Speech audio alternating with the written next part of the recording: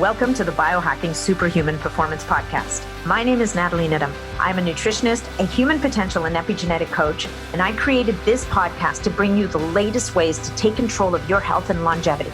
We cover it all, from new technology to ancestral health practices, personalized interventions, and a very special interest of mine, peptides.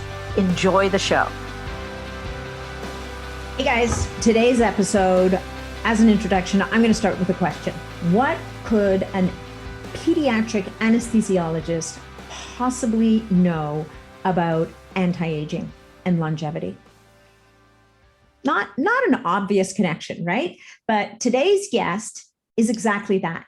She's a pediatric anesthesiologist, not oncologist. And what started off as a bit of a side hustle has become her expertise. And my guest today is Dr. Sandra Kaufmann. Some of you guys may have already heard of her. She published a book a couple of years ago called The Kaufman Protocol. And what's it called? What's the rest of it? Why We Age and How to Stop It.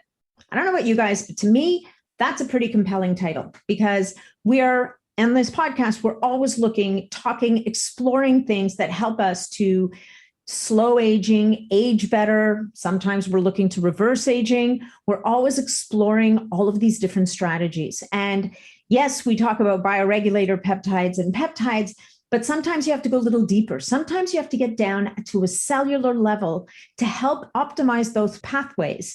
And Dr. Kaufmann started off, even before she was a pediatric anesthesiologist, she started off as a cellular biologist. And so she was deep into cellular pathways and what makes things tick and the whole nine yards. And it kind of struck her at some point in her early 40s as she was starting to notice the effects of early aging on herself. And she woke up one morning and said, well, wait a minute, I don't want to go down that path. And so she started doing some research, and research led to the next thing and the next thing and the next thing. And the next thing you know, she's published this amazing book. And the amazing book was followed up with an amazing app. And I would encourage you to take a look at the app, because the app helps you to kind of organize based on your goals, your age, your stage. It helps you to kind of figure out how to build your own perfect anti-aging stack, depending on your level of commitment, how much money you want to spend, how many pills you're willing to swallow, the whole nine yards. Anyway, today's conversation is not about the first book. It's about what she's working on in her second book. And we talk about 3 compounds, 2 of which you've heard of before, and 1 which I've certainly never heard of before. So I'm going to put it out there that there's going to be 1 of the 3 at least that you've never heard of before. If I'm wrong, then leave me a comment. Whether you're watching this on YouTube or if you're listening to this on iTunes or somewhere else, then you'll have to find me on Instagram or Facebook or somewhere else and leave me a comment and let me know that, no, you were familiar with all 3 of these compounds. But the mystery compound is the one that literally stops your body from making fat cells. Look, I don't know about you guys, but that sounds like a pretty good supplement to me. And it does exist. It's not very well known. And I think it's pretty cool. So we talk about that. The other compound that we talk about is spermidine. Interestingly enough, when Sandra Kaufmann first came across spermidine in research, she was really blown away. And we talk about this in this podcast. She comes across spermidine. She starts digging about it around. And the way that she organized the information in her book is she created these 7 tenets of aging. So the seven of the big buckets, if you will, that are involved in the aging process, because you can't stop something if you don't understand it, right? And all of this is at a cellular level. And when she first came across spermidine, all of a sudden she realized, here's this compound that just starts ticking the boxes. Like, it is amazing how many of these tenets of aging it hits. So she decided to go looking for supplement. And when she did, what did she find? But our friends at Primadine, Oxford HealthSpan. And so she just placed an order with them. And she tells the story way better than I ever will. It's kind of funny, like they reached out to her because they, of course, knew who she was. And one thing led to another. And she now sits on their scientific advisory board. And the reason why I'm telling you this is because the sponsor of this episode, of course, as you know, I've got a couple of sponsors for the podcast. And both sponsors are products that I use myself and in my practice every single day. Primadine is one of them. And I've got to tell you that Primadine, of course, is sponsoring this episode of the podcast. And you're going to learn more about Primadine than I could ever possibly tell you here in a promo spot. So all I'm going to tell you guys is that listen to the episode, listen in on all of the many reasons why Primadine is an amazing, amazing supplement to address many of the key markers of aging, and decide for yourself. And I will say, especially if you're around 40, 45 and older, this thing's going to really show up for you. Not only does it address aging at a cellular level, but it also helps us to have better hair, skin, nails. So stuff you can see, stuff you can't see. It's pretty amazing. Okay, stop talking, Nat. Here's the thing.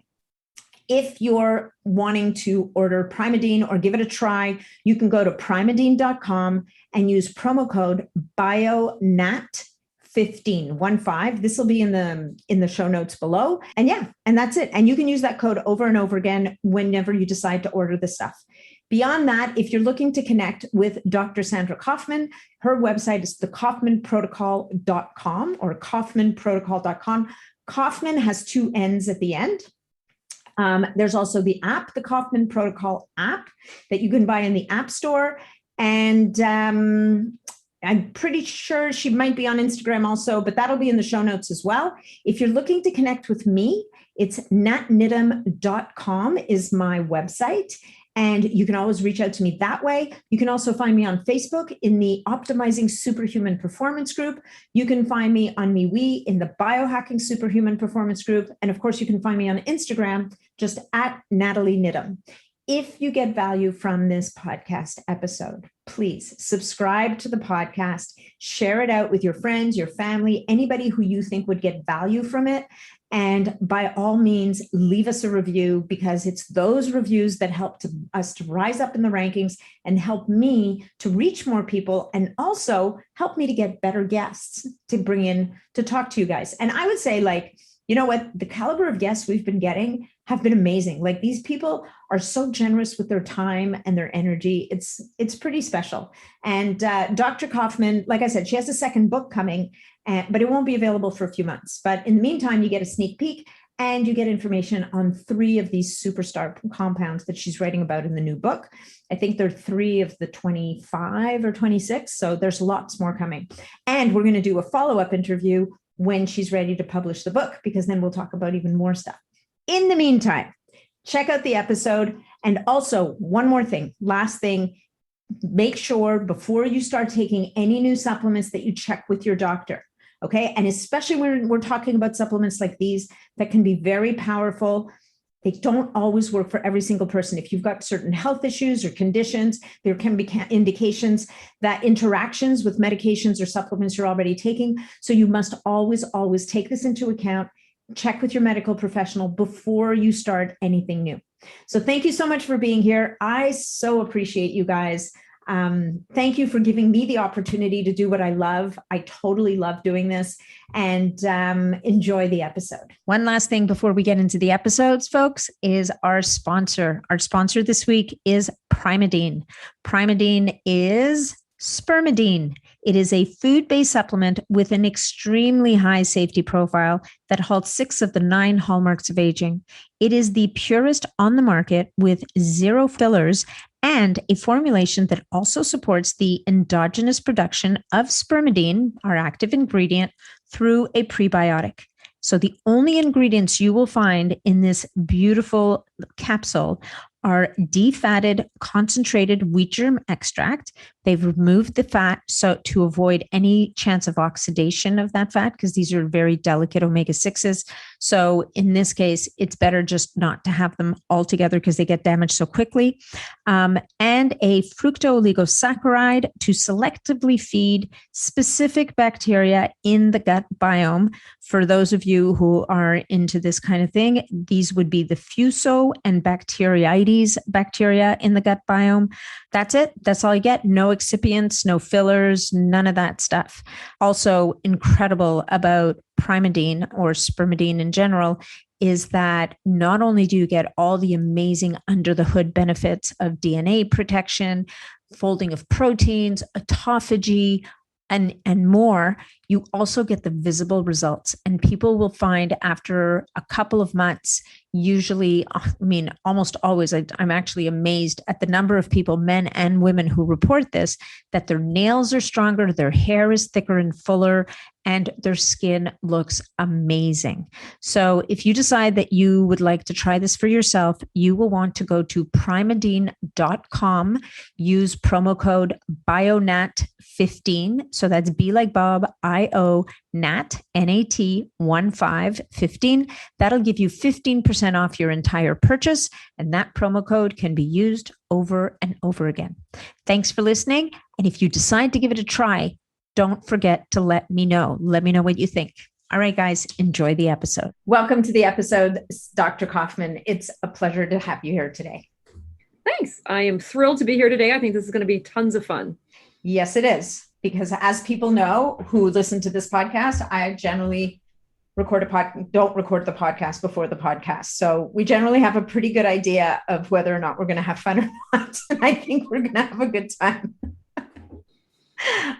So we are gathered here today to talk about longevity. And, you know, and I mean, I was going to say anti-aging. I'm not a big fan of that term personally. I'm a bigger fan of the healthy aging concept because we're moving around the sun, whether we like it or not. So it's a question of style and function. Would you agree? Oh, without a doubt. I refer to it as longevity medicine. Nice. Because I think it's more realistic. Well, and you know, what's really interesting about longevity medicine is when you consider that a lot of people, that how aging is starting to be redefined as a disease state. And so therefore longevity medicine is exactly what it should be called.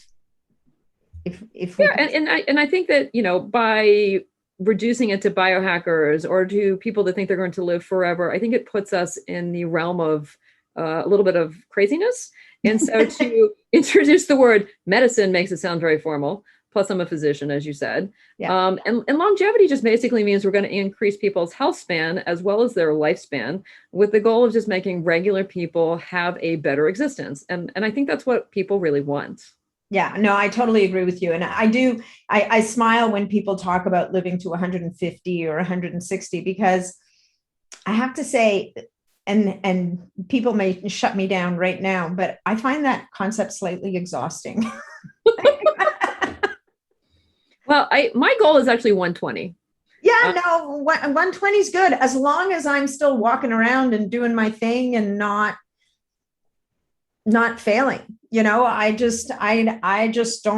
want to spend the last 10, 15, 20 years of my life sitting in a chair trying to remember what I had or anything really. Oh, no, without a doubt. And, you know, I see a lot of people in nursing homes, or I used to when I did adult medicine, and, you know, they were trached, sitting in their little wheelchairs, completely incoherent and drooling. And of course, nobody wants that. Nobody wants that at all. But if you can live to 100, 110, 120 and continue to do what you want with your life, then it's a win-win. You can be productive, you can work, you can visit your grandkids, or however many generations you have at that point. Yeah. My actual goal is to fall off a cliff when I'm about 120, because I'm a rock climber, and no doubt by then my stamina will have fallen a bit.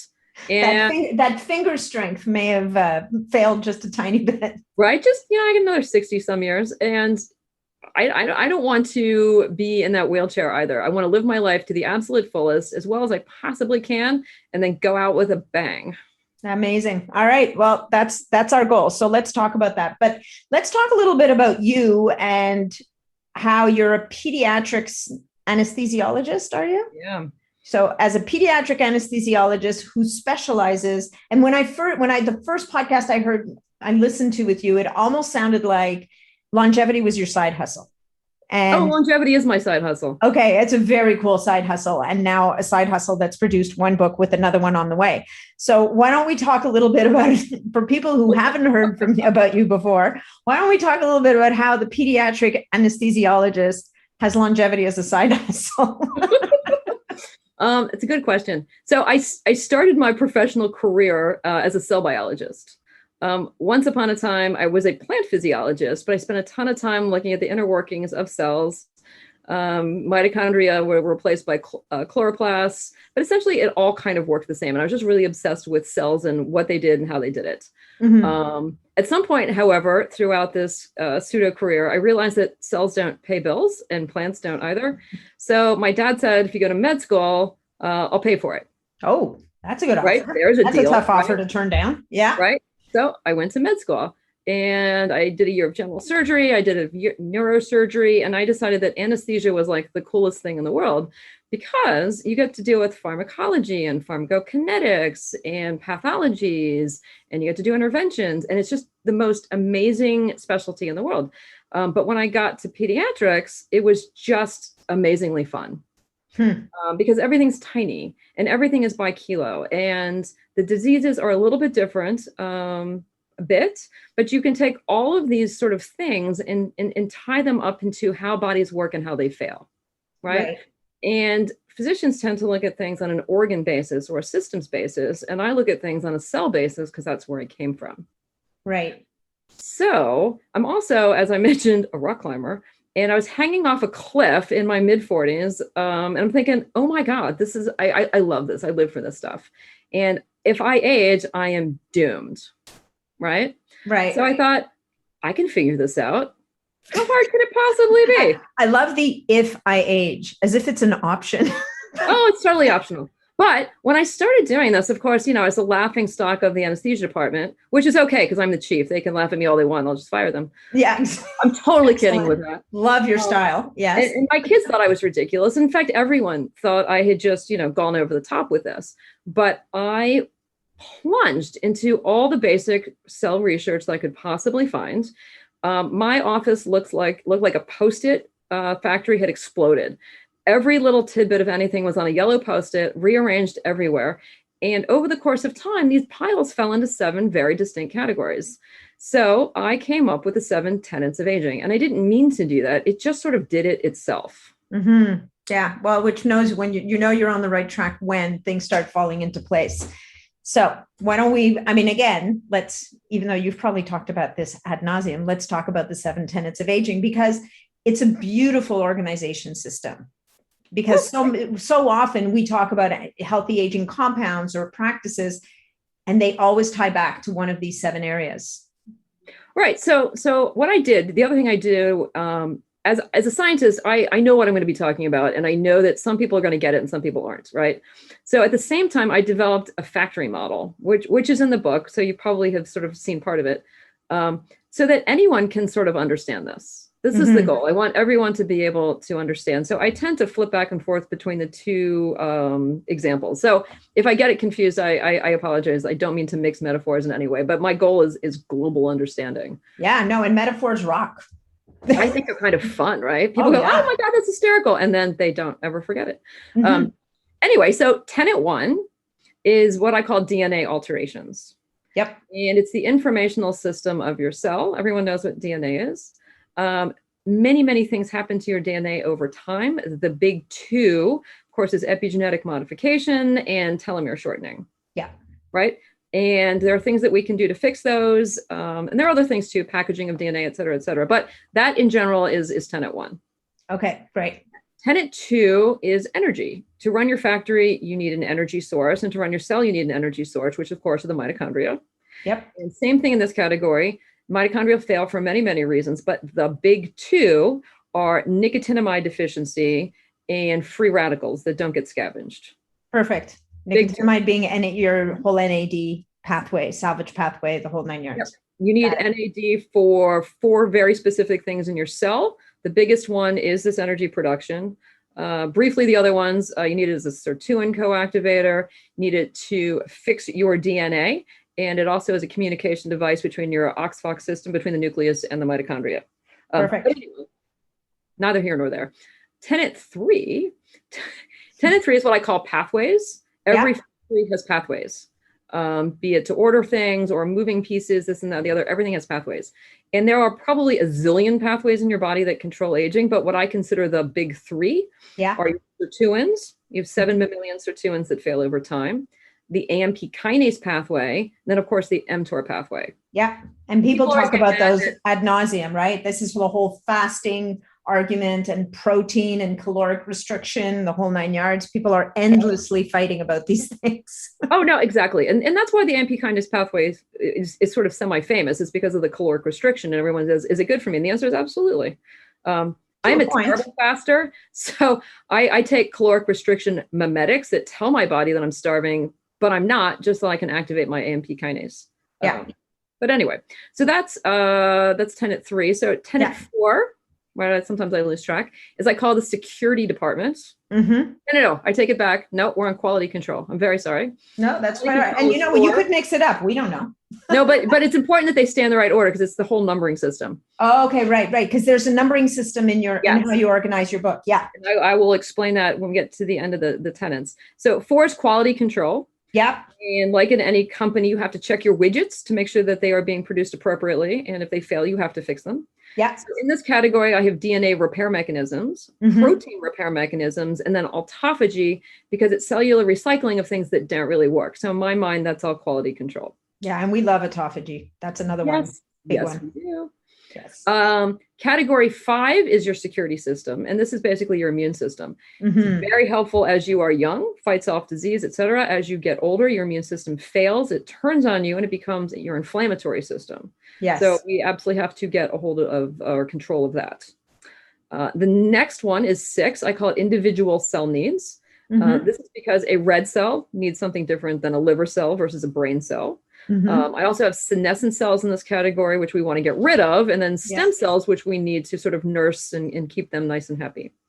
And all of those things obviously have different requirements. And then tenet 7, I call waste management, because like every good company, you have to take out the trash, right? Yes. So big in this category is glucose management. And this is everyone's, I want to, stop eating sugar and blah, blah, blah, blah, blah. And the reason that's important is because glucose non-enzymatically binds with your proteins and your lipids and your DNA, creating AGEs. Yeah. AGEs are bad for many reasons. They are horribly inflammatory, number 1. And number 2, they're very sticky. They stick to collagen. Well, they stick to everything, honestly, but they stick to things that are longest lived more. Actually, that's not completely true. They cause more damage to things that are longer lived because you can't get rid of them. For example, when you glycosylate a red cell, in 3 months, it's gone anyway. So it doesn't really matter, right? You glycosylate your hormones, you glycosylate your DNA, you glycosylate all sorts of things. But one of the most things that we notice the most is collagen, because it's the structural support system of your body. So as the collagen in your skin and your bone and everything gets glycosylated, it destroys the structure and you lose integrity. And this is one of the reasons that you have heart failure without having coronary disease. It's part of having brittle bones. It's why your skin sags over time. So if you can limit the glucose and the AGE production, then you win. That's really interesting. And then lastly in this category is something called lipofuscin accumulation. And this is the only drawback to autophagy, because the more your cells recycle, the more gunk is unrecyclable and it gets shoved in the back of cells.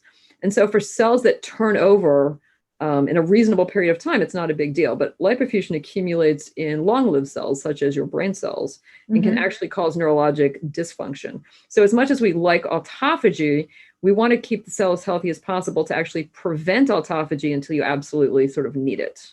Right? That one's a little bit of a double-edged sword. That's really interesting. And so is there no way to clear that debris? I thought that autophagy kind of, like, wouldn't your lymphatic system, for example, help to clear some of that cellular debris, or does it just literally get stuffed in a corner somewhere? No, I call it the kitchen drawer phenomenon. Oh, no, not the kitchen drawer. Yes. I hate the kitchen drawer. Right? There's so much crap in there, right? Oh, my God. And every time you clear it, it fills up again. Well, most people don't even clear it, right? Yeah. I've decided that the density of crap, pardon my language, in the kitchen drawer is directly related to the length of time that you have lived in that place. Oh, yeah. Right? Yeah. So the longer you've lived there, by the time you're there, like, a few decades, you're not opening that drawer anymore. It is stuffed. Yeah. And autophagy is really good about recycling most of it. But there's some small percentage, and it's usually proteinaceous stuff sort of mixed with heavy metals that the cell just doesn't know what to do with.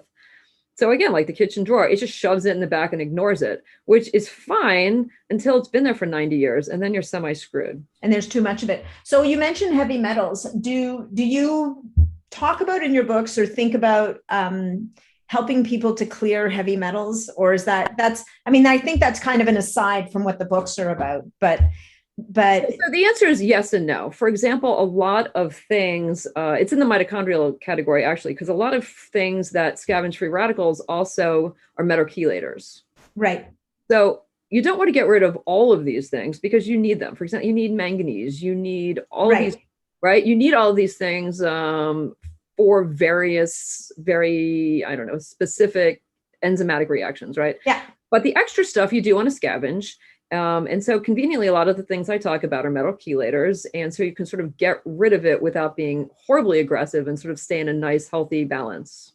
Nice. Actually, it's interesting. I had a call with a guy this week about a compound that, it's interesting when you talk to someone and they tell you, it's amazing that this compound, we're seeing clinically all of these incredible effects.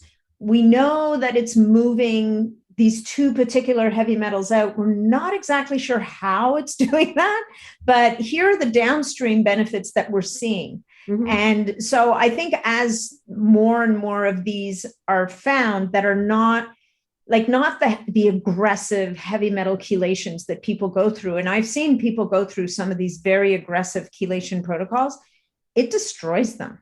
Oh, yeah. Like it's as harmful in some ways because it's almost like ripping things out of place. And if you're not replacing it with if you don't provide the body with the right stuff, nature abhors a vacuum. So, if it's not lead today, it'll be mercury tomorrow. Like you got to make sure that you've got the right things in place so that you're not just willy-nilly. No, absolutely. The room. Without a doubt. And what's interesting is because by the time you get to be 40, 50, 60, your diet is pretty specific. Most people do not change their diet immediately upon hitting middle age. And so until they meet me. Well, that's okay. Generalizations. Yes, you're right. You're right. Generalizations, right? But I think as a result of that, many people have micronutrient deficiencies. Mm-hmm. Different diets have one thing or another, or whatever, And so I actually recommend that most people take prenatal vitamins, not the heavy, heavy doses that you would if you're pregnant, but some fraction of it. If it says, take 3, I say, take 1. Yeah. Only because your cell turnover is equivalent to having a baby, mm-hmm. and it sucks up micronutrients, and you don't want to go too heavy-handed, but you also don't want to, destroy the health of your newborn cells by being deficient in anything. Yeah, that's such a great concept. Actually, I had a teacher in school that talked about prenatal vitamins long-term and the same way as you, like not at full dose, mm-hmm. but just like as an insurance, sort of like a little insurance policy. Well, what's interesting is if you ask any pregnant woman while they're on them, right? Oh my God, their hair is better. Their nails are this, their skin looks better. Since they're not pregnant anymore, they stop. Well, and their hormones stop, and all of these benefits go away. And the answer is they don't have to. Yeah.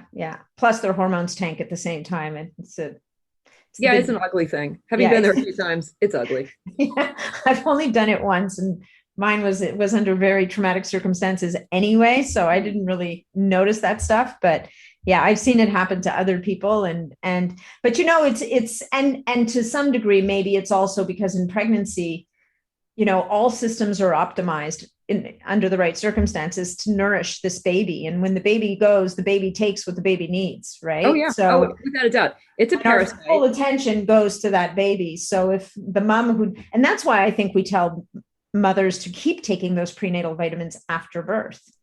Well, it also helps with milk production. It helps with healing. It helps with sort of normalizing the situation of your body, right? Yeah. A lot of people don't. Baby pops out and they're done. Yeah. I just think everyone should be on them all the time, regardless of gender or baby age. I think that the multivitamins designed for old people are kind of depressing. Yeah. Well, because they assume you're old, right? So they're not trying to sustain life. They're trying to patch the broken ship or something. Something like that, right? So let's be optimistic and know that we're turning over cells and go straight to the the prenatal multivitamins. And I'm a sucker for things that taste good, so I get the chewies because they're delicious. You get the gummies? I do. I get the gummies. Okay, you're hilarious. And we'll talk about the donut habit in a minute, but not right now. Okay, so gummies and donuts. Gotcha. Yes. Yes. All right, so let's talk a little bit about let's split this up a little bit, because I don't want to spend too much time on the first book because it's out there. There's a whole bunch of podcasts.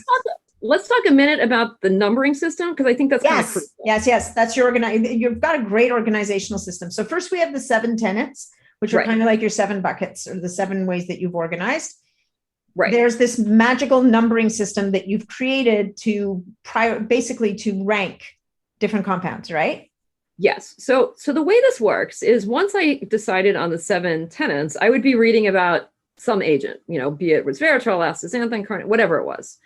And I would read, article that it does X really well in test tubes or in animals or in humans. And I'm like, this is amazing. So I started out with a big giant piece of graph paper, right? Tenets across the top, things down the side. I'd go, check, right? Does that, check. Yeah. And, it doesn't do anything here. Negative. And then I would read another article and be like, oh my God, this is incredible. This is even more amazing than the last one. I'd go, oh shit, what do I do now? Check, check, right? And then I got to have like 3 checks, and I thought, this is just getting out of control. There's got to be a way to make this more reasonable. So what I did is I decided that if a particular agent had no evidence for anything at all in a particular tenet, it got a 0. Okay. If it had evidence in a test tube that was pretty good, it got a 1. Okay. All right. If it was proven to do something in rodent models, it got a 2. Ooh, moving up. And if it did stuff in humans that was proven, it got a 3.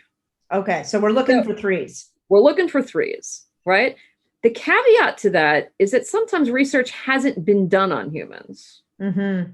So sometimes I have 30,000 rat studies proving something is super duper amazing, but not one human study to save my life, because like shilajit comes from the Himalayas, and there's not a whole lot of extra money floating around to test things. People just know it works, so no one tests it. So sometimes things have 2s when they probably should be 3s, but I don't have a scientific leg to stand on. So I can only say that things will probably go up in number, but never down. So if I'm ever in doubt, I round down. Okay. But generally speaking, so because there's 7 tenets, each agent has a 7-digit number. At some point, I'm sure it'll look like a barcode, right? But right now, it's why they have to stay in order.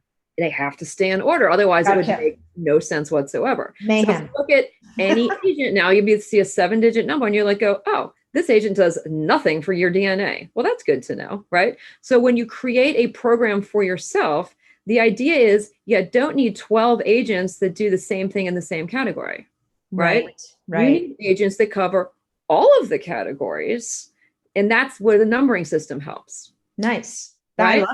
I love that. And so how many agents do you think the average person should be using? Because in the first book, there were 12? How many agents? There's 15 agents in the first book. Yeah. And the reason that there were 15 agents in the first book is I didn't actually think anyone would read the first book, and I got tired.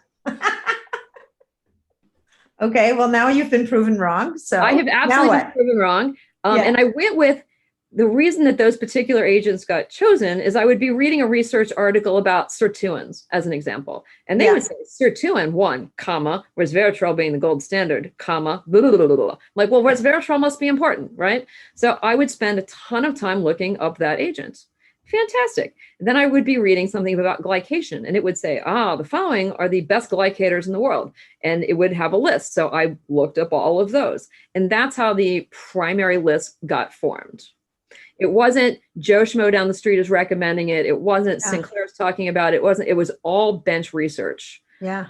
It's about you falling down the rabbit hole over and over and over again. And if you kept finding yourself at the bottom of the same rabbit hole, it came up. Yeah, 100%.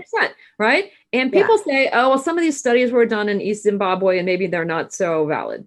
Right. Everyone wants American studies. So what? And I figure if there's one study in East Zimbabwe, you go, maybe not so sure. 2 studies, maybe a little better. By the time you get to 15 to 30 studies, you go, this is legit. I mean, come on, this is just legit, right? And then you have to go through the whole rigmarole of, what's the appropriate dose for the right person? And that part's really, really hard because everyone's different. Mm-hmm. But anyway, that's how the first 15 got chosen. And the idea was, pick things that you think are important to you. I didn't want to dictate what people were taking. I just wanted to give them the information so they could make their own decisions. Yeah. But in terms of number, I think it depends on who you are, what you want to accomplish, and what you're willing to swallow.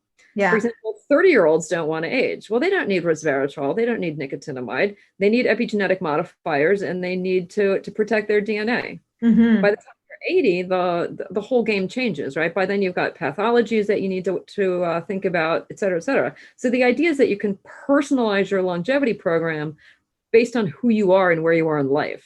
Yeah, I know. I love that. And the fact, and your app is amazing, right? So, because, there's an app for that. And what's the app? Is it the Kaufman Protocol app? I have it. It's on my phone. It is. And the reason I did this is, as you so eloquently stated before, this is like kind of not my job. This is just a hobby. If you come to my office, I will put you to sleep because that's literally what I do for a living. I don't have a right, as an anesthesiologist, right? I'm an anesthesiologist, right? I don't have an office. So people would just email me from around the globe. And I was like, I don't have time for all of this. So I built this app. And honestly, it's not the greatest app because I picked the wrong developer, maybe. I don't know a damn thing about apps. You can always upgrade an app, but right now I think it's pretty good. It's the answer is it was designed to take the algorithm that I would use anyway and help someone have a place to start, right? These are your issues. How aggressively do you want to do this? And let's follow some progress. And it's just basic. The caveat is that for whatever reason, there's some small number of people where they put the information in and get stuck on the subscription page. And everyone emails me and says, either this is the best app ever, or this is the worst app ever. No one ever says this is like middle of the road. So that's because those people go away. They don't bother. Probably so. But so I end up, I feel bad when these people do this. So I end up building people's protocols sort of just online because I just feel bad that they've gone out to try to get the app and it has sort of failed. The good news is it will be rebuilt shortly. We're working on that. So if it fails for anyone, please let me know, et cetera, et cetera. Okay. But it is what it is. No, and one of the things I loved about the app right away is it literally, and it's a lot like you, actually. It is you. Because I designed it. Like, how serious are you about this shit? Like, are you kind of in? Are you in? Or are you like, I never want to die in? And then based on that, it gives you recommendations, which establishes, I'm like the number of compounds that are going to be recommended to you and dosages and that whole thing. So it's a very practical app that way, Sandra. It's like, well, it's meant to be practical. It's meant to be, to take people who really want to do this, but don't have the time and energy to figure all this stuff out. Like they just, they want to lead a better life. And I'm like, okay, let me help you do it. It's like if I'm not a lawyer, I'm not a construction person, I don't know where to go. I don't suspect a whole lot of people know what I know just because I'm obsessive compulsive about this. So it was just my goal to help people figure it out without too much heavy lifting. And that was I love it. Yeah. So tell me this, and this may be built into the app, so forgive me if it is, but let me ask you this. Do you recommend that people stay on those same supplements indefinitely, or are you a bigger fan of like cycling supplements, maybe changing it up every 3 months or so? So that's a good question. And the app does not have that built in because it got too complex. And that was going to cost me another $40,000 to do. So I didn't do it. Yeah. I'm hoping that people that are doing this are smart enough to say, oh, well, you know what? My back doesn't hurt anymore. Maybe I should focus on something else. So it constantly requizzes you to see how you are doing and what you should be doing. And you can just go back and I'll give you more different things to do. Okay. But I think that some things should be cycled and some things should not. Absolutely. Right? Absolutely. So what should not be cycled in your opinion? Like what's your foundation? Are there any compounds that you believe, and even though nothing's 100% for 100% of the people, I'm not a doctor, but even in my practice as a nutritionist and a health coach, there are certain things that I believe are foundation. Oh, absolutely. So I built this into what I call the panacea, which is sort of like the baseline for everybody, right? So number one is resveratrol or pterostyl. They are molecular cousins. One comes from blueberries, one comes from wine. There was one article that suggested that pterostilbene might make your cholesterol a little bit worse. So I would say if anyone has any issues about that, go with the resveratrol. Just make sure it's bioavailable, because just the regular molecule pterostilbene is much more bioavailable than resveratrol. But there are special formulations, so that's something to think about. So that's one you should always be on. And this holds for people over 45. Under 45, it can be hit or miss. It just depends on how healthy you are. But sirtuins and stuff start failing at 40. So definitely by 45, you need it. Astaxanthin is my most favorite molecule in the entire world. I think they should put it in the drinking water. I'm with you. I mean, if they're putting fluoride in there, they should put astaxanthin, although then our water would be red. So, It would be a little orange, but honestly, that's okay, right? I could get over that. I mean, I saw a diagram on astaxanthin from a big, I think it was one of those giant, those studies that bring in all the other studies, a review article. Yeah. And it was like astaxanthin was at the top, and it activates sirtuins, and like the number of things that this molecule can activate in the body in a positive way is mind blowing. And it got me thinking, okay, you know what? And it's not cheap. It's one of those investment supplements, but I'm like, this is one of those things that we should all be taking. Oh, without a doubt. And it comes in various milligrams. It comes in a 4, a 6, a 10, and a 12. And for a baseline, 4 a day is fine, which isn't as pricey. I mean, the 12s you get a little bit pricey. I give 12s to people that are athletes or they're outside a lot of free radical generation, et cetera. But a normal standard person, 4 every day, it's so cool. Like, you take it in, it has high bioavailability, lodges itself in mitochondria, sucks up free radicals, and then out it goes. Yeah. Like, what could ask for a better molecule? Right? It's the best. And eat wild salmon, because wild salmon's got lots of astaxanthin. Yeah, the pinker the better. Yeah, exactly. The other thing I love to talk about, and I think it's really funny, is when you go to the fish aisle, right, at your local, grocery store, they always have this sign, like on the really, really pink salmon, it says artificially colored. Yeah. Like, does that not make you crazy? Well, no, it's good. You know what are they giving them astaxanthin? It's astaxanthin. Look at that. So I think it's cheaper and it's better for you. What a win. Well, except for the other stuff they may be feeding them. But yes, at least you're getting your astaxanthin. Yeah. Tons of astaxanthin. Okay, you got that going for you. Okay, resveratrol, astaxanthin. Anything else? Nicotinamide. Yeah, baby. So we briefly touched on that. Everyone over the age of 40, come hell or high water, is nicotinamide deficient. Because everyone knows this, the nicotinamide war is on, right? Chromadex has nicotinamide riboside, and then people came up with the mononucleotide. Everyone wants to be the leader, because those are all trademarked and copyrighted and whatever else one does to molecules. There's the patch, there's an infusion, there's an injection, there's a nasal spray, because everyone knows how valuable it is. Yeah, it's amazing. What about the supplements that there's 2 of them that I can think of, and there may be more, but their goal, and they do provide nicotinamide as a substrate, but their goal is to provide those compounds that help to restore function to the salvage pathway and to downregulate things like CD38. So they'd have things in them like apigenin, I think, and fisetin. And so the answer is it depends how deficient you are. Right. Oh, no. Yeah. I mean, if you're way down, you're going to need an infusion. If you're 60 or 70, if you've never had any nicotinamide in your life, regeneration by fisetin, I mean, it's a nice idea. It's not going to do anything. Right. It's not enough. It's not enough.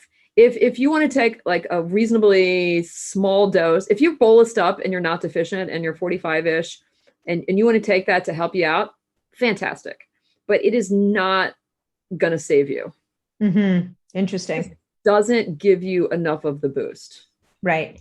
I mean, I always tell people, if you need it, you do the infusion, or, you do the bolus treatment, and then you take those supplements to just kind of keep it going as you go. Well, I actually tell people not to take the IV because, my joke is always this, and you've gotten to know me now. I'm pretty blunt. Yeah. No one has ever shown up in the emergency room with NAD deficiency. No, it's a luxury. And not to mention the fact that you have to be able to sit there for 4 hours feeling like a bag of broken toys. So I don't know about Canada. In Miami, it's like $2,000. It's $1,500 to $2,000 per infusion. No, I have not had an infusion. I tried the patches. Only I'm notorious. People who listen to this podcast have heard this before. I'm notorious for crazy reactions. And the transdermal patch, the last time I used it, looked like a 3rd-degree burn on my arm. So I don't use that. Yeah. It's not my jam. But what's interesting, if you want to know if you're nicotinamide deficient, you can either pay $300 for a home test, which is reasonably new, or, right, I say take it for 10 days. If your energy level doesn't increase, you probably are not deficient. Or you're so deficient that you need to keep going for a little bit. Right. And I will tell you that most people after 10 days to 2 weeks, all of a sudden they feel better. Huh. Okay. And so what's your favorite? You know what? I don't really think it matters if it's NR or NMN. I really don't. I think they're both fantastic. They're only one step away in the enzymatic pathway. Mm-hmm. So I don't really think it matters. Well, unless it matters to the individual. And so I guess to your point, they should try the NR, see how they feel, try the NMN, see, because again, like in my Facebook group, I hear it, right? You get some people who swear up, down, and sideways that NR saved their lives. Other people are like, did nothing for me. Other ones say the same thing about NMN. So could it be that different people, depending on where their gaps are, will do better with one over the other? It absolutely could be. Absolutely could be. And there's no way of knowing. I'm sure that these two companies battling it out are going to figure out like who does better with what. But, the take home message here is that people are going to benefit and fit from it one way or the other. After the age of 40, you don't have to go nuts, a reasonable amount for a reasonable period of time. Cool. Right. All right. So I like reasonable. Very reasonable. So resveratrol, astaxanthin, nicotinamide, anything else in your foundation stack? Yes. One more in my foundation that should not be cycled is curcumin. Interesting. The key to this one is that the bioavailability is absolutely horrid unless you get a bioavailable one, right? Yeah. And there's many on the market. I have my favorites, but then everyone emails me and says, oh no, this is my favorite. And I go, that's nice. It doesn't matter as long as it's bioavailable, but it does so many amazing things. It's one of the best anti-inflammatories. It helps with your antioxidant status, helps with your AMP kinase. There's just so many positive things that it does with no side effects. Yeah. And so many people with the aches and pains, the classic back pain. I've had people after 10 days of being on astaxanthin, nicotinamide, and curcumin, they're jumping around like 20-year-olds. They can't believe it. It's really, really, truly amazing. And it doesn't have a feedback loop, so you can just take it all the time. Right. And so when you talk bioavailable, like you're talking about like that Mervita formula, like they've actually, I think it's Mervita is what it's called. There's a whole bunch of them. So it started out probably 15 years ago or so, and they realized that if you put it with pepper. Yeah, black pepper, pepperine. Right. Yeah. So what the pepper does is it blocks your liver enzymes from being able to process the curcumin. Oh. Right. So if you think about that, it also is blocking your ability to metabolize other things as well. That's not a good idea. I would call that a primary, really old-fashioned way of doing it. Yeah. Right. The new ways of doing it is packaging it in nanotechnology. So nanomyceles or something of that nature to make it more lipid soluble to get into the body. So I use metacurcumin from Rev Genetics, and I don't get a dime for saying it. I just think it's one of the best, strongest on the market at the moment. Okay, cool. Amazing. All right. So that's your foundation from book 1, which remains the foundation. Well, carnosine is also on that list. However, it should be cycled because it's a true supplement, not an adjuvant. Because we have carnosine in our body. So the more carnosine you take, there's an enzyme called carnosinase that increases to get rid of the carnosine. So that needs to be cycled. And I love it because it's a transglycosylating agent. And I think everyone should be on it. However, it should be cycled. Okay. So when you say cycles, like a month on, off, or 2 months? I do a month on and then like a week off. Oh, okay. All right. So you just kind of take your foot off the gas for a bit and then put it back on again. Yeah, it's just enzymatic regulation. You just want to get more bang for your buck because if you don't come off of it, your enzymes are just going to keep eating through it and nothing's going to happen. And what are your thoughts on vitamin D3? I think most people are D3 deficient. Mm-hmm. See, this is one of those things that vitamin D it's not a longevity. It's just if you're deficient, you need more of it. Yeah. And taking extra isn't going to help you. But unless you need it. Yeah. Being deficient is going to hurt you. Right. Yeah. Right. And there are fine lines here. Everyone gets mad at me about D. And the answer is no, I'm not going to it's not going to get rated because I'm not going to rate something if you're just making up a deficiency. Okay. All right. Which is a little bit different from magnesium, because magnesium actually excess will help you. Yeah. Okay. Cool. All right. So let's move on to book 2, because there's we've picked, how many are there going to be in book 2? Not that we're going to go through them here today, guys, but I'm looking at 28 right now. 28. And so at that point, people are basically going to have to sit there and decide, like you said earlier, where are my gaps? What do I want to use? And in some ways, even though this sounds a bit woo, what resonates for me? Like what seems to make sense to me? Because there's going to be 27 different ways to skin a cat here. Yeah. And the other thing, it's going to be divided to a certain degree by body part. Oh, cool. Which sounds a little bit odd. No, do you have a heart problem? Based on how things work, they're going to help one thing or another. So, it's sort of in response to what people ask me all the time. Okay, I don't want to age, but I also want to lose weight. Right. Okay. I don't want to age, but I'm worried about Alzheimer's. Okay. Right. I don't want to age, but I'm having gut issues. Okay. So to a certain degree, it's going to be based around organ systems so that you can sort of flip to that category. If like you're super worried about neurological disease, you can go to the brain section, and there'll be a little chapter, which I'm actually writing sort of next week because it's on the list. Why your brain ages, and what you can sort of do to do it. And then there'll be, 4 or 5 top brain agents and why they do what they do. Nice. So is the second book kind of meant to add to the first book, basically? Because so you've got your foundation stuff from book 1, and now we're getting specific in terms of your pain points, or, heart disease runs like crazy. Well, let's say heart disease runs like crazy in somebody's family. They might put a bit more emphasis on the cardiac section. 100%. And it's my ultimate goal, and this is going to sound a little bit ridiculous, is to have sort of an encyclopedia of all of these agents. Yeah. So that, people can just flip to it and go, I read that such and such is good. What do I do? Right. Yeah. So they can go to the book and they can read, what does it do in each of the 7 categories, and what organ systems has it demonstrated to be beneficial in? What are the downsides, and what's the dose? Love it. It's sort of a go-to book. And I know that after I do this, more agents will be available. So the process is just going to keep continuing. For sure. So maybe it'll be, a 17-volume collection by the time I, fall off my cliff. Well, hopefully we've got lots of time before that happens. So it's layers. So what we agreed to before this podcast, because we could be here till next week, which you certainly don't have time for, and nor do I. We were going to pick 3 of the new compounds that you were going to be exploring in the new book. And they're super interesting. One for sure people have heard about. The second one, if they've been listening to my podcast, they most definitely will have heard about.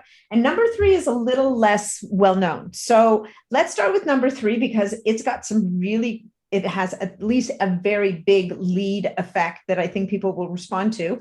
And that is Ecklonia cava, which is a giant brown seaweed. So to be clear, guys, I freaking hate seaweed personally.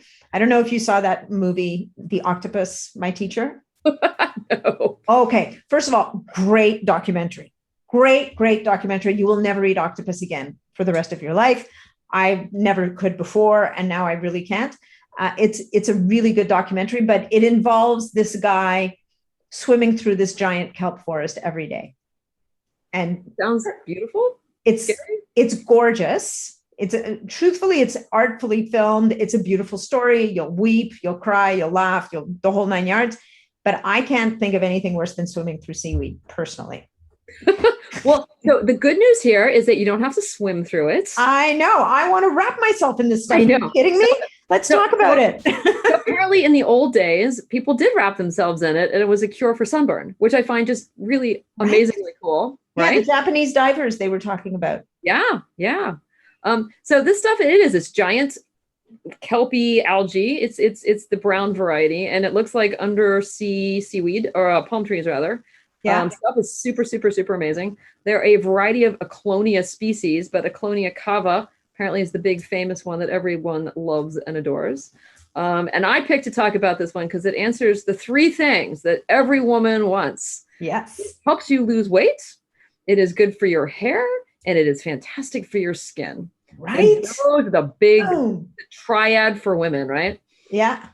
I know a few guys who'd sign up for this too, actually, interestingly enough. It truly is absolutely a remarkable substance, and it's filled with things. And it's funny. It has, like, every plant, of course, has a million different things in it, and the question is what's bioactive and what's not. But it has what I call the Eckle family, right? Rather than sort of like Heckle and Jekyll, it's the Eckle and the diEckle, and there are many Eckles. And then, of course, there are the tannins and the fucoxanthins and all of those sorts of things. But it's just loaded with amazing, amazing, amazing things. And to sort of look at it on the tenet basis, it doesn't do much for your DNA. It's amazing for your mitochondria. It is a free radical scavenger. It activates your own endogenous scavenging pathways. So you get more glutathione, catalase, superoxide dismutase, that sort of thing. Little bit of evidence that it does some stuff for your DNA and for for your DNA and for my mind, for the quality control and a variety of the other divisions. It is an amazing anti-inflammatory, super, super, super amazing. And what's really cool is things that block the inflammatory system tend to also increase osteoblastic activation. So there's evidence that it helps with bone. Yeah, like bone, I saw that bone density. And the other thing was that really interesting study in mice that it decreased skin carcinogenesis. Like it definitely is a big skin compound. Like it's big on skin. Yeah. But the last thing, and this is the big category, which is amazing because it doesn't really fit with what it actually does, is it blocks glucose and AGE production. Yeah. So does that mean like you would use it to, like, people might use berberine? So yes and no. Kind of. I like to think of it as just an amazing effect, and it does so many other things too. Yeah, no, for sure. Right? Yeah, I mean, it blocks glue. So this goes back to my donut addiction. I get away with this because, right, I block glucose absorption from my gut. It blocks the enzymes that makes carbohydrates into absorbable sugars, right? It blocks the enzymes that sort of take the glucose and the sucrose and all of those and create fat. It blocks AGE production. It blocks all of those horrible things that glucose tends to do to you. That's amazing. It's just simply, truly amazing. And this one gets a 3 in this category because there's tons of human evidence that it does this. That's amazing. And so is it, and the dosing is actually huge range on dosing. Like in what you sent me, it was anywhere from 72 milligrams to 1,500 to 1.5 grams a day. But you say something about there's like a sweet spot around 360 milligrams a day. So what I end up doing for doses is I go through every human study I can possibly find. Yeah. And look, what doses did they use? Itty bitty ones, monstrous ones, were there side effects? Were there not side effects? What was efficacious? What wasn't? So the answer is, I don't know what the doses are of these things. Nobody does, because we're not treating anything specifically, right? We're not looking at an end. So obviously something in the middle range is probably reasonable in all of the agents that we talk about. Right. So then what I do is I go to the manufacturers and look at all of the brands and what is it that they're recommending and why. And I try to come up with something that's reasonably middle of the road, because the other problem is I don't know who's reading this, right? Yeah. I don't know if this is a 70-pound, 90-year-old who's extraordinarily frail and can't digest anything versus someone that's 350 pounds trying to lose weight. Doses are obviously supposed to be per kilo, but it doesn't work that way when you make recommendations. No, somehow it never seems to. So in the world of, and I don't know if you know this, if this was in the clinical trials, but is this the kind of thing, if you're trying to block the absorption of glucose or stop the production of fat, which it seems to do, it prevents adipose tissue from forming, like, oh my God, sign me up. Yeah, it blocks a lot. It's really interesting. So first in the fat world, right? First you have to make fat cells. Yeah. So adipogenesis. And it's amazing as you can block that. That's shocking. So is this a once a day supplement, or do you have to take it before meals to block that glucose mechanism? Absolutely or you not. just take it in the morning? So most people take it once a day. You can certainly take it twice a day if you desire. Yeah. No, I mean, it's the half-life is, I think, reasonably long that you don't have to take it twice a day. Once a Okay. day should be fine. It also depends on how many other agents you are taking. Listen, Right? So I'm now trained myself to swallow 3 to 4 capsules at a time. right. So as a capsule addict myself, and I hate to say drug addict because it makes me sound really terrible. Capsules way better. Right? Yeah. I'm a capsule addict. I take probably 50 a day. Yeah. And I couldn't imagine if things are twice a day dosing, that would make me take 100 things a day. And I'm not willing to do that. So I figure if you take a little bit of something every day, you're going to be fine, right? You're aging just a little bit every day. So you need to not age just a little bit every day. Unless, caveat, you are aiming for a specific goal. So if you're trying to lose weight, up the dose. Yeah. If you're trying to do something specific, then you need a bigger dose. Okay. But of the 50 things that I'm on, half of them block glucose and half of them block fat production. So if you by the time, you sort of synergize it all together, I don't need to take that much. Yeah, no, that sounds good. So without naming names, unless you really want to, is it easy to find Ecklonia cava? It's actually kind of tough. Yeah, I was going to say, it's not, it doesn't, first of all, it doesn't exactly roll off the tongue. So no. So someone in the marketing department needs to work on that. Needs to do something here. There's a company called, what's it called? I don't remember what it's called, but it makes a product called Cianol. Cianol? How do we spell that? Cianol, Cianol, something like that. Cianol. Starts with an S. Cianol. Oh, S-E, no, like as in ocean, like Cianol. Yes. Okay. And that's probably the best brand out there. And sometimes you can get it and sometimes you can't. What was interesting is after the Japanese Fukushima disaster, it was impossible to get Ecklonia cava because everyone was worried that it was contaminated.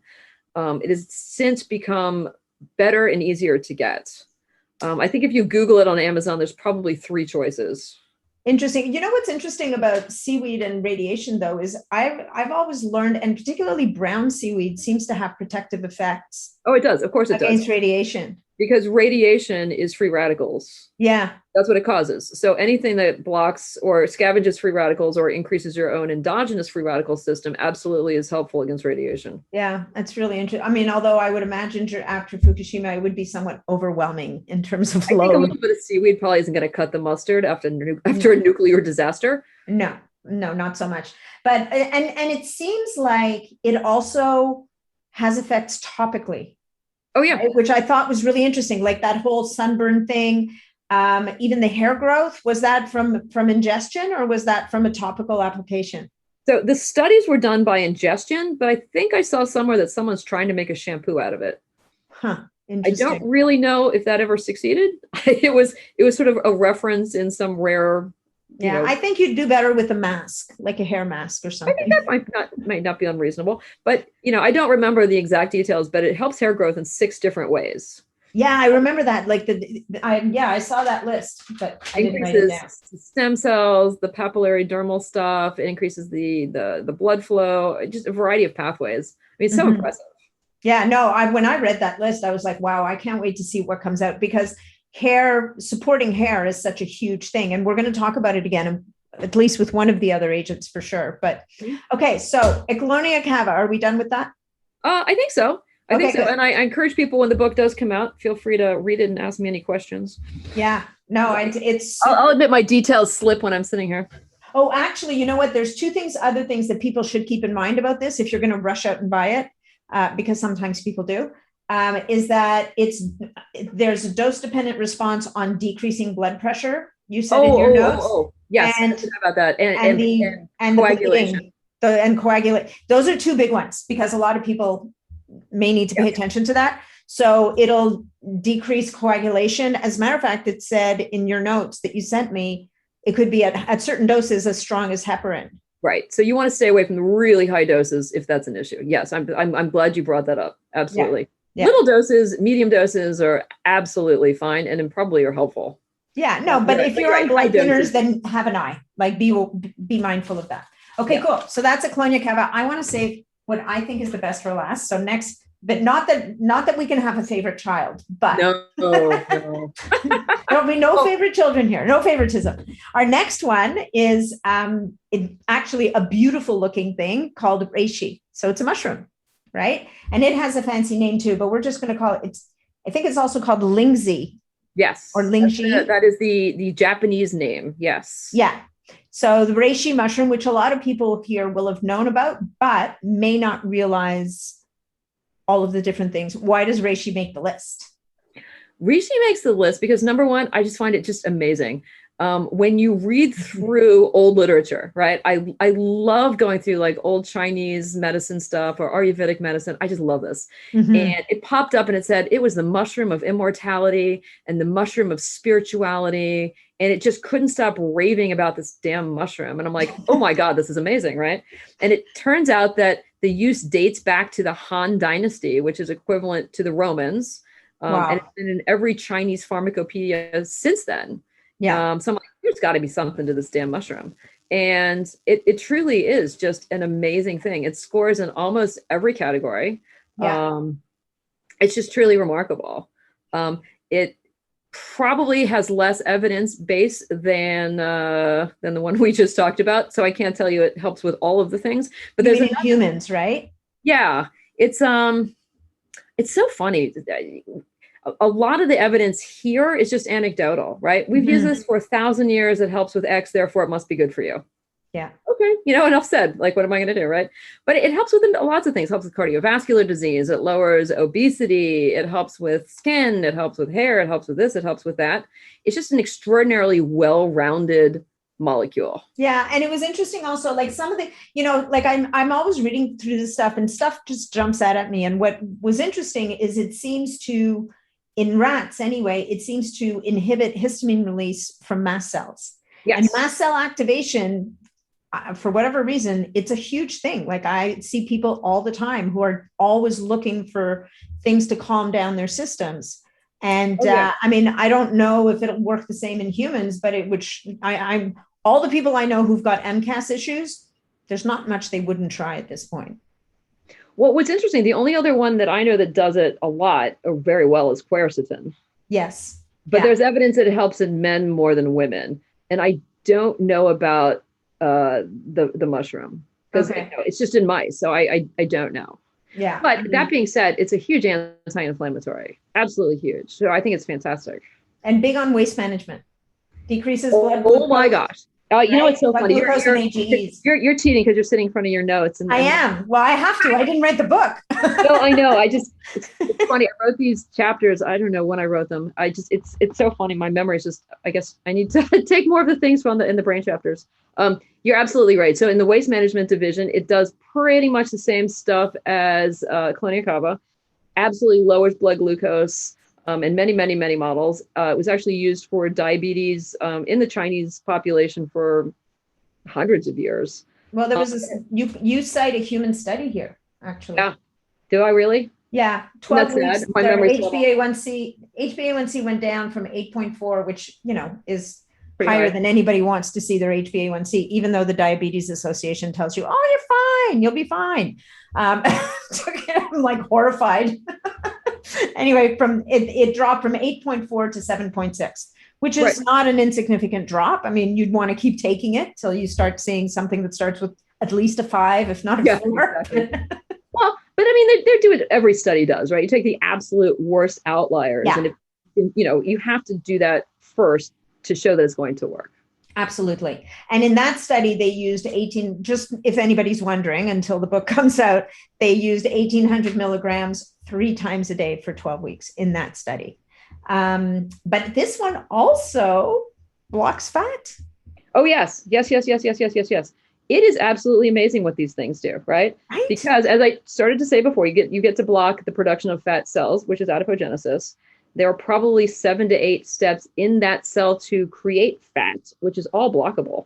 Wow. And this one doesn't do it. I don't remember. I don't think so. But you can actually change the ratio of white fat to brown fat. Oh, a lot of these things do, which is really good. Cool. Yeah.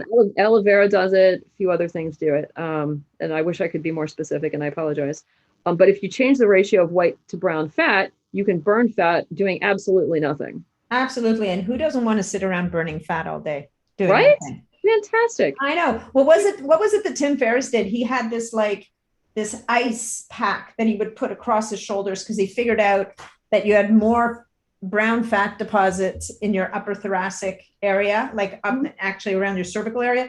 And so he would sit after he got tired of sitting in an ice tub of water and, becoming virtually hypothermic, he figured out, he's that guy that what's the least you can do to get the most effect. Yeah. If he could sit with an ice pack around his neck, he would actually activate his breath. That's pretty desperate, because all you got to do is pop a few pills and it's the same thing. Well, maybe he hadn't figured this out yet. I'm sure by now he's figured it out. That was his first book. That's so funny. But if you read the book, you would lose weight just from schlepping it around, because it weighed about 10 pounds. It was this massive book. Ooh, that's okay, so that's reishi mushrooms, and I always think of reishi mushrooms for immune. So it does actually less than you think it does. It seems to, like, you don't talk about it that much. No. Because one of the things I really thought was going to be exciting was the immune, and it's okay. Yeah. It's great. There's so many things that do a better job. Yeah. Not its superpower. No, not a superpower at all. Glucose management is honestly its heyday. And then the anti-inflammatories and antioxidants in the mitochondria. I think this one's a metal chelator too. Yeah, I didn't see that in the notes, or I didn't write it down. But the other thing that you talk about, but the problem is a lot of it's in rats, was these epigenetic effects. In terms of in the Alzheimer's rat model, it seemed to be helpful, but the evidence wasn't crazy. And it increased endogenous antioxidants in rodents, especially SOD. So yes. So I think in the DNA category, I gave it a 0 because it seemed like kind of flimsy evidence, right? Yeah, you even say that. I love that in it's just, the way you write. It's like, oh yeah, this is weak. Call a spade, right? There's some, because of the problem is if you don't put it in there, if you just say no evidence, someone's going to say, well, I read the study that said such and such. You're just like, no, it's lame. I read the same damn study. Here it is, but it's not good enough. Doesn't hold enough water. Yeah, exactly. Not ringing any bells. The other thing is, I think over time, the problem is, as you say, there's not a huge amount of motivation for people to spend a ton of money on research on these compounds, which is too bad, because you were talking about there's 6 different colors of reishi mushrooms. And we both know that different colors are going to have different impacts. Of course they are.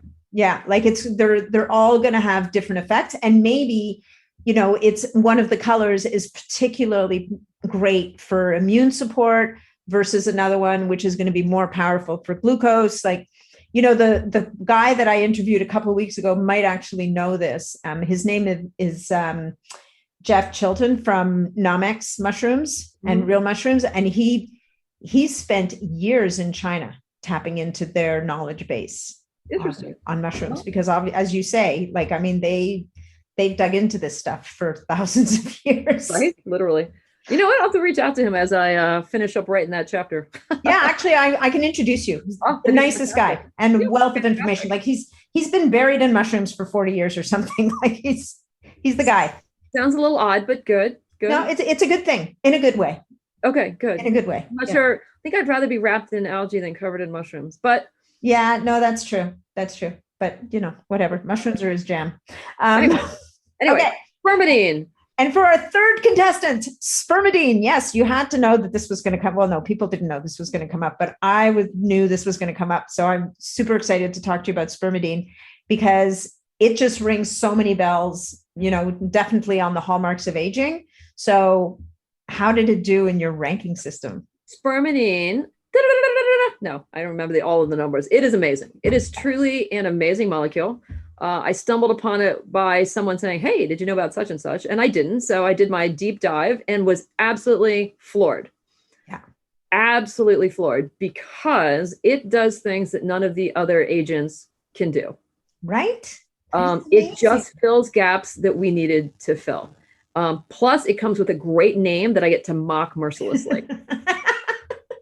Exactly. I mean, just the fact that you can say spermidine and be scientific.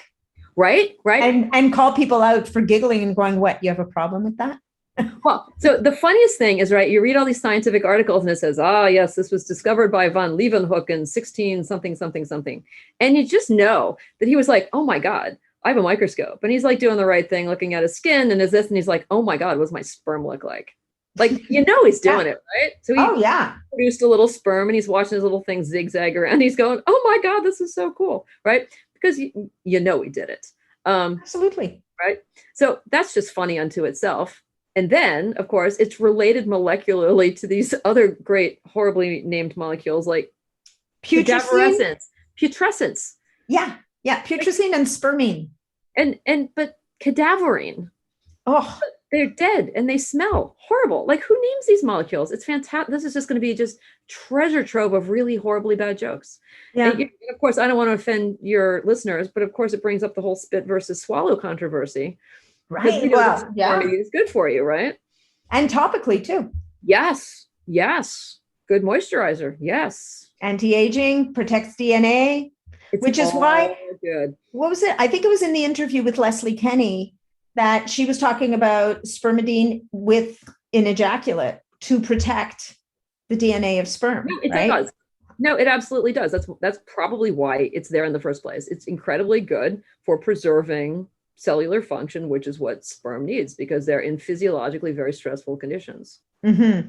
That's just the way that it is.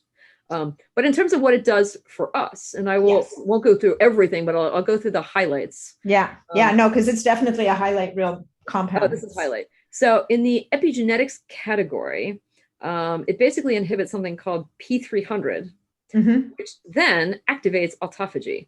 So it is one of the strongest activators of autophagy that we have. Unbelievable. Which is blooming unusual, because we have things that kind of do it a little bit, but not really as potently. So this is huge in our arsenal of autophagy. In the same category, what's kind of cool, so spermidine is a long positively charged chain. Okay. And it loves to sit in the negatively charged grooves of your DNA. So you have two grooves. It's a spirally staircase. We've all seen the Watson and Crick model. There's the minor groove and the major groove. And the molecule spermidine loves to cozy itself in there in the grooves. And what it does is it sort of makes it more compact and it protects it from outside damage. So there's studies where it protects it from thermal denaturation, protects it from radiation.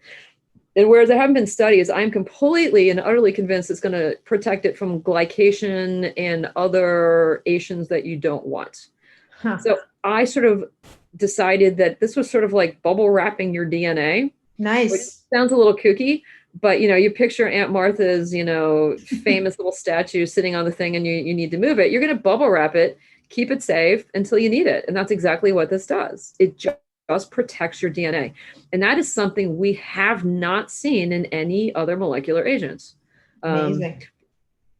Magnesium will protect the quaternary structure of some things, but it doesn't protect your DNA per se the way spermidine does.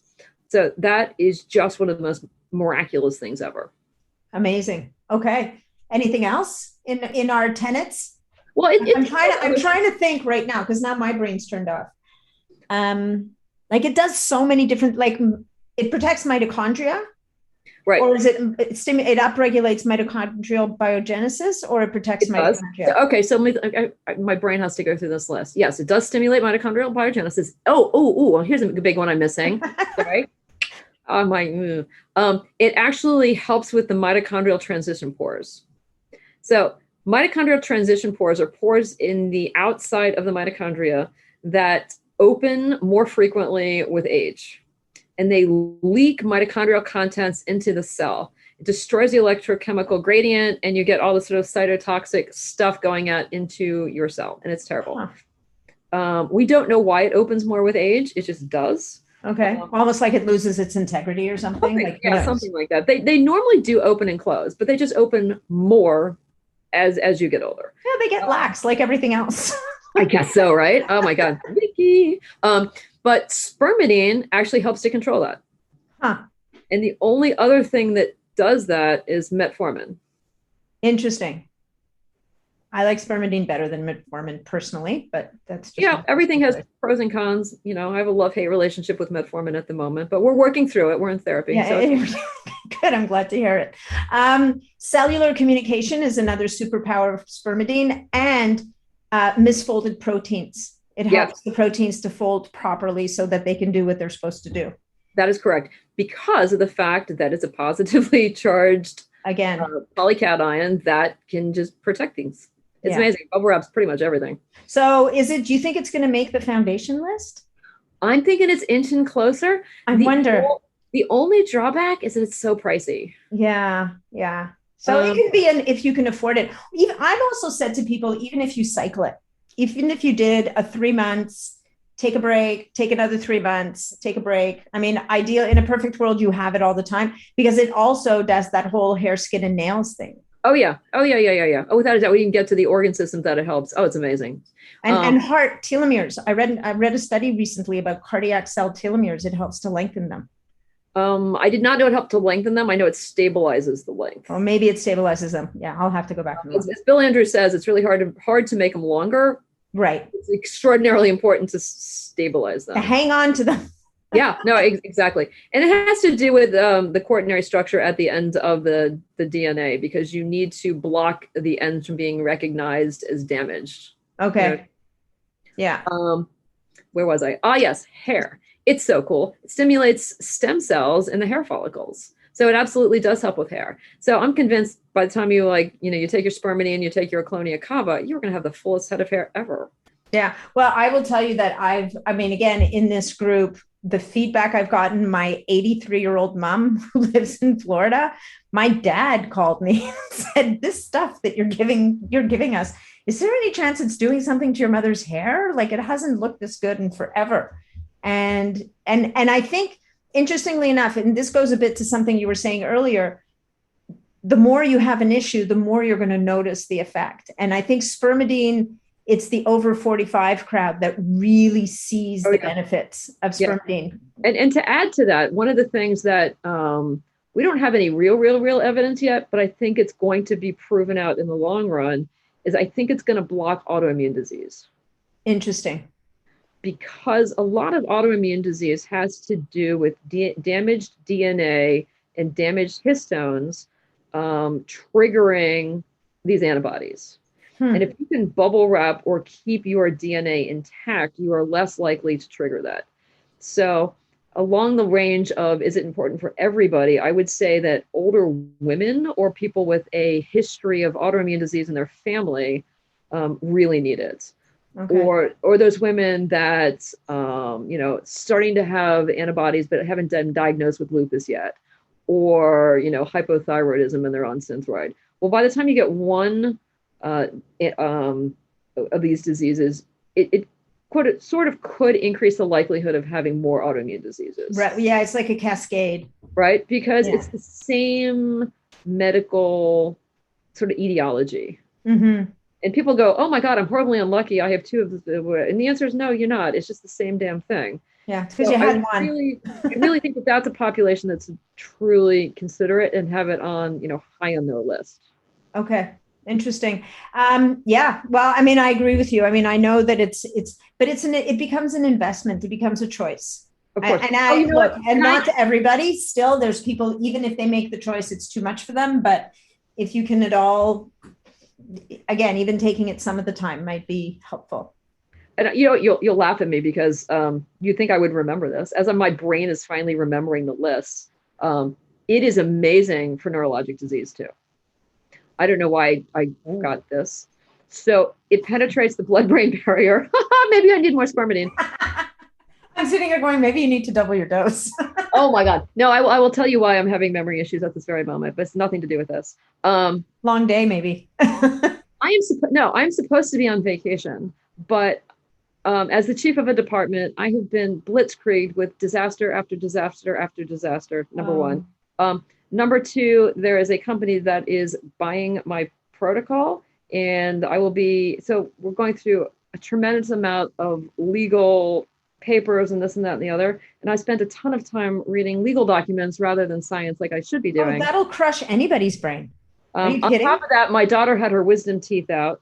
Oh no. Scoping around with a numb mouth and blood and stuff coming out. So I will absolutely apologize. My focus is not what it should be. I think you're doing all right. I'm pretty sure nobody will be calling to complain. Okay, so you were saying about neurological disease, though. Anyway, so spermidine gets into the CNS, which is very important because a lot of these things that can theoretically help with hippocampal neurons in culture don't actually help in real life because it has to make it through the blood-brain barrier. Right, it doesn't get through. Okay. Right. And for people that don't know what that is, around the blood vessels in the brain, there are very specific cells that cover it, so that there's a very, very tight restriction as to what type of molecules do actually get into the brain. So, and the brain is very, it's a setup for disaster is really what it is, because it uses more glucose than any other organ, and it uses more oxygen than any other organ. So between oxidative damage and glycosylation risk, you're kind of screwed. And there's no cell turnover with the exception of the hippocampus, really. So you've got cells that are sitting there for, up to 100 years, just taking hit after hit after hit. So we really need agents that cross the blood-brain barrier to sort of increase hippocampal abilities. And spermidine is one of these. It increases hippocampal plasticity. Mm-hmm. So therefore, increasing the plasticity will help with memory development as you get older. Love it. Yep. Love it. The other two big ones in this category, because people always say, well, what else? Magnesium threonate is one of my favorites, and andrographolide is one of my favorites. Grapholide? Yeah. It is a water-soluble free radical scavenger that can get through the blood-brain barrier, and it definitely has been shown to decrease neural inflammation, which is a big problem, the onset of Alzheimer's and a variety of the other neurological problems.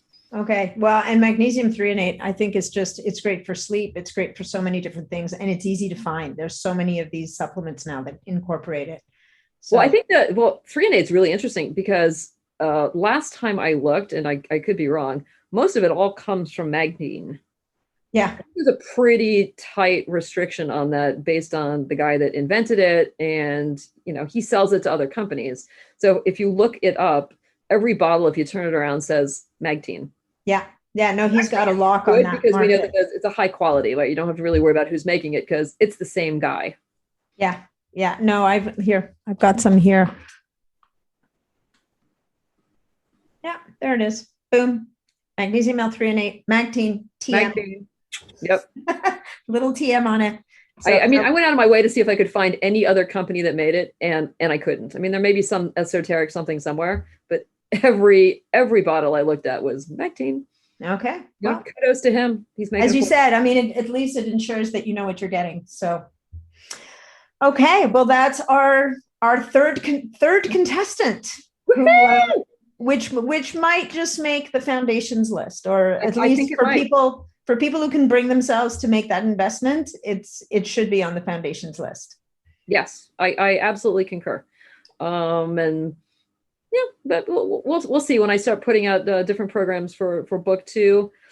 People may not like me. It may cost a little bit of money, but all beneficial in the end. Well, and the other thing about something like spermidine that checks so many boxes is, it's one of the points you made earlier, is if it checks that many boxes on its own, it may save you from having to use other things. So at the end of the day, it may look expensive on paper, but if it's saving you from having to use 7 other things, A, you don't have to swallow as many capsules, and B, it may save you money down the road in the long run anyway. So there's always that. Yep. Agreed. It's all math. All right. So what else what have we missed? I don't think we've missed anything. I think when's the book coming out? That is an excellent question. 90% of it is written. Wow. I probably have 2 to 3 more chapters to turn into something moderately entertaining. And then I have to go back and write all of my really dumb jokes, which usually require me to have a glass of wine so that things seem funny when they probably really aren't. I think you're entertaining. I'm sorry. I love the first book just because it's the jokes that keep me going. Well, for anyone that hasn't read it, I readily apologize because it was so funny. So I'm middle-aged, and I would put my jokes in there, and I would pass it to a friend of mine who actually works with me, but he's a millennial. No sense of humor. It was a different sense of humor, and he started adding emojis, and then they got ridiculous, and then I would cross his out, and he would cross mine out, and then it became this war of really bad jokes. And so some of them I think are funny, some of them are probably not, but the idea is to sort of keep everyone in the audience entertained, and we'll go through that same process this time, hopefully with better jokes, no guarantees. It's kind of like having whipped butter. It's still butter, but it's fluffy. There's something about whipped butter that's just made better. It is better. Yeah, it's more right? palatable, right? It's fluffier. There's something about it. So it's kind of like the same thing. It's science light. I mean, the Yes. science is there. Yes. It's just presented in a way that'll keep you awake and keep you entertained, and it'll stick Ooh, well said. Well said. You're my new agent. Thank you so much. anytime. I don't have one at all, so it's going to be a very easy thing to do. All right. So actually, you know what? I'll ask you one last question before I let you go.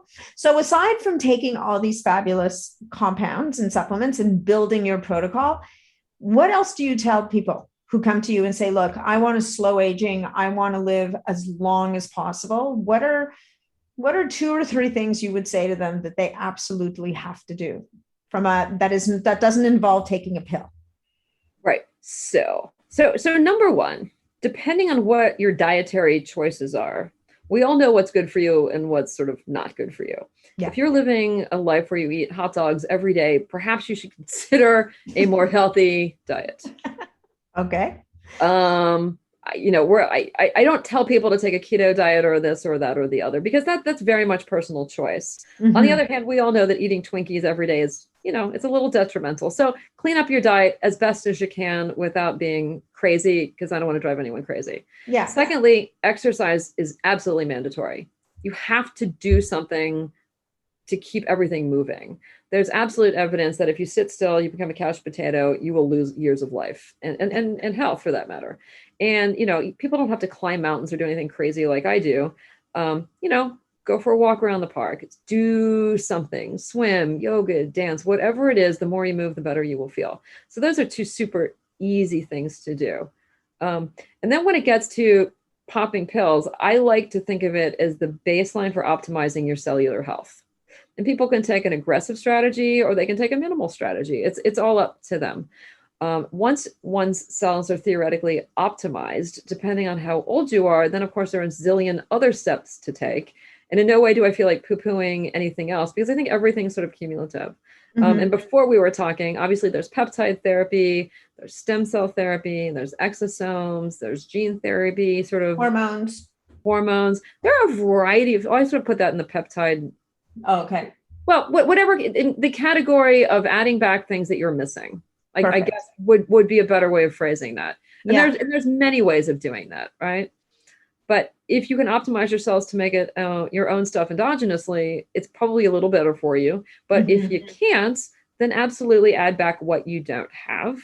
And then, of course, everything goes from there. Gene therapy is a little expensive right now and somewhat experimental. I think ultimately that might be the way to go. Stem cells probably fall in the same category. They're more common, but you have to leave the country for them. Yeah. I'm a huge fan of exosomes right now. I just think they're amazing.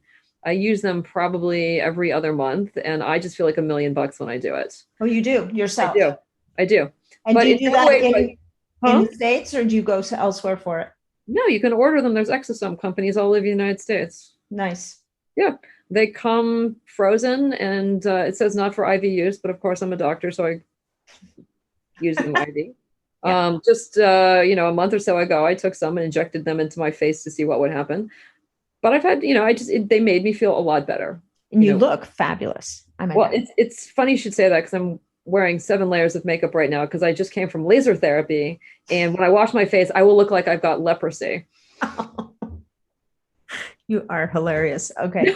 I did. It was so funny because, and this is not something you necessarily have to know, but it's just bizarrely entertaining.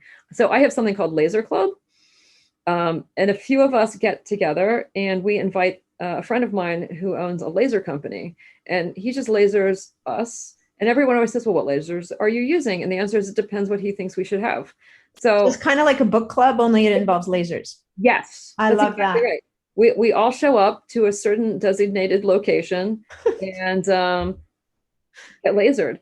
And it's, brown spots, red spots, wrinkles, this, that, the other. It hurts like heck. And we all scream and holler and curse, and it's good for therapy. And then you leave and you usually look really horrible. And then a week later, your skin looks amazing. And I've been doing it for 19 years. Wow. And today was laser day, and I couldn't reschedule it when I knew I had to do this. So I'm wearing innumerable layers of makeup because you're going to think, oh my God, she looks terrible. Oh my God. And why would I believe her? Exactly. And We talked about this earlier. We may or may not be putting out the video on this one, but maybe we will, because I actually think Sandra looks great, even with her 7 layers of makeup. Thank you. Like a real person. That's like you're supposed to. I am a real person. Yeah, I know. That's a beautiful thing. Okay, well, listen, I think we've covered a fair amount of ground. Maybe what we'll do is we'll plan another chat for when the book comes out. Perfect. And I'll spend some time with the book then, and we'll dig in a little deeper. But I mean, right now, just with the reishi and the Ecklonia, cava, and the spermidine, I think we're way ahead of the game right there. Sweet.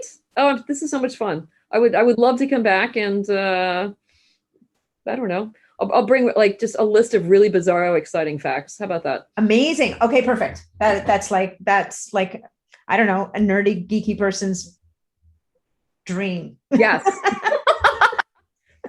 All right. Exactly. All right. Well, Sandra, thank you so much. And good luck with all the things you've got going on, the new app, all the legalese things you were doing. And with any luck, a year from now, it will be a big, giant company, and I can quit my real job and spend all of my time doing longevity. And that would just be a dream come true. Well, I think if that's your dream, I would guess that will, if that's what you really want, that's where you're going to end up. So fingers crossed. Part 2, guys, coming whenever you see your way through the rest of the process. Because I'm going to guess that finishing a book is a little bit like losing the last 5 pounds. It gets harder the closer you get to the finish line. That's really funny. And that's absolutely true. I learned that the last time. I was like, oh my God, this is insane. But yes.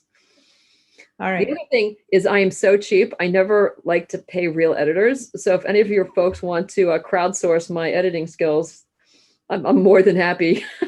I'll edit a couple chapters. Just send them over. Perfect. All right. Thank you so much, Sandra. Take care. Thank you so much. Bye-bye. Bye.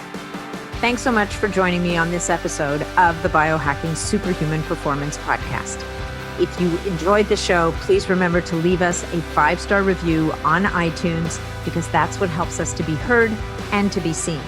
If you'd like to connect with me directly, or if you'd like to leave any comments, or if you have any questions about this episode, please reach out to me directly through my website, natmidham.com. And of course, if you're not already a member of the Biohacking Superhuman Performance community on Facebook, that's where you'll find me every day.